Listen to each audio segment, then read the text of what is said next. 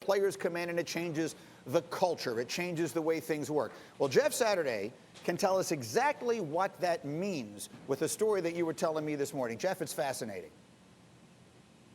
Yeah, so listen, I know some coaches down there who coach in Indianapolis, and we've been talking all season about Tom Brady and some stories that kind of give you great examples of what he's talking about. How do you change culture? Well, they're on the bus. I think it was your Thursday or Friday of this week. This is Super Bowl week, right, Greeny? Like, you're leading up to the most intense game in most of these guys' career, not for Tom, but for everybody else. And they're back in the bus, and somebody makes the comment to Tom and Gronk about, hey, how does it feel being in your first Super Bowl without scandal? You know what I mean? Like, without any issues. And they said both those guys laugh and they love it, and they look back and like, how does it feel to be in your first ever playoff win? You know what I mean? So the banter going back and forth is just a thing of beauty, and that humility that he plays with and that he kind of ingratiates to his teammates is just fantastic. And then they talked about like the serious side of Tom Brady, right? That when Antonio Brown came to the organization, to the Buccaneers midway through the season now, and they had some struggles midway, it was Tom who goes and picks him up. It's Tom who lets him stay in his home and talks about, you know, hey, man, you got to be part of this family. Leonard Fournette, who we know left Jacksonville under some issues, right, is he brings Fournette into the fold and talks about, hey, Leonard, man, if you run your route like this, you know, if you're swinging out of the backfield this way,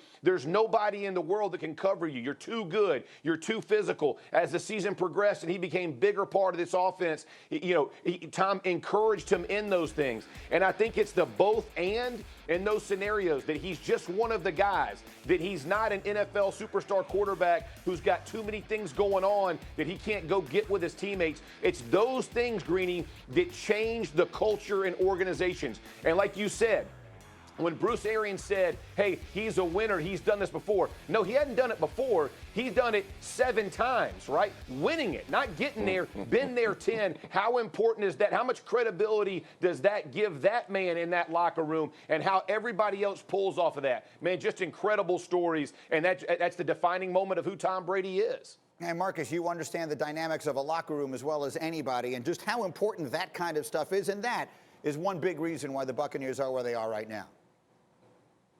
Absolutely, the believability. Gee, I think what Jeff said is a part of what we understand leadership to be. Not only, look, the main priority is winning in that league. Like, I don't want people to get it twisted. You could be all the leader you want to be, but if you're not out there doing your job at a high level, the words are just not falling on people's ears the same. And the fact that you have a guy that's going to come in where you know you can win with.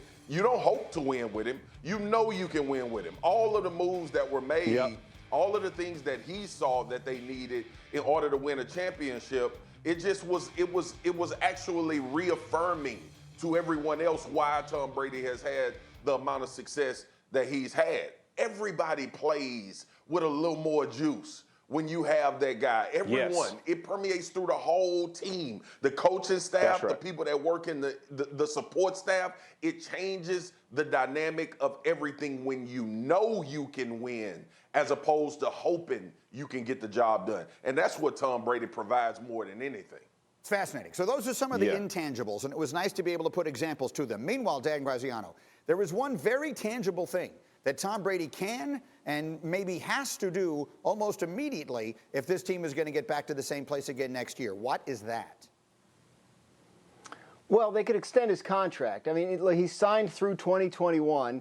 It's a fully guaranteed $25 million. If they do an extension, even just a one-year extension that would take him into his age 45 season, where he says he wants to be, they could save about, you know, the way that Buccaneers do contracts with roster bonuses instead of signing bonuses, they could save about $7 million on this year's cap. And you're looking at, I mean, every dollar is going to count.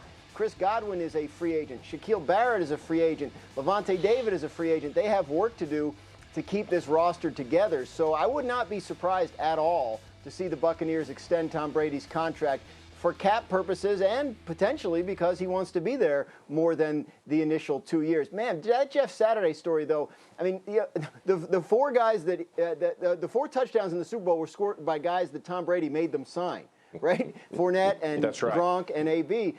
Like, but just like, not just we need to get this guy, but AB, we need to get this guy, and now I'm going to help sell it in the locker room so that it works. Like, this guy's all in in that organization. It's not just some mercenary they went out and got.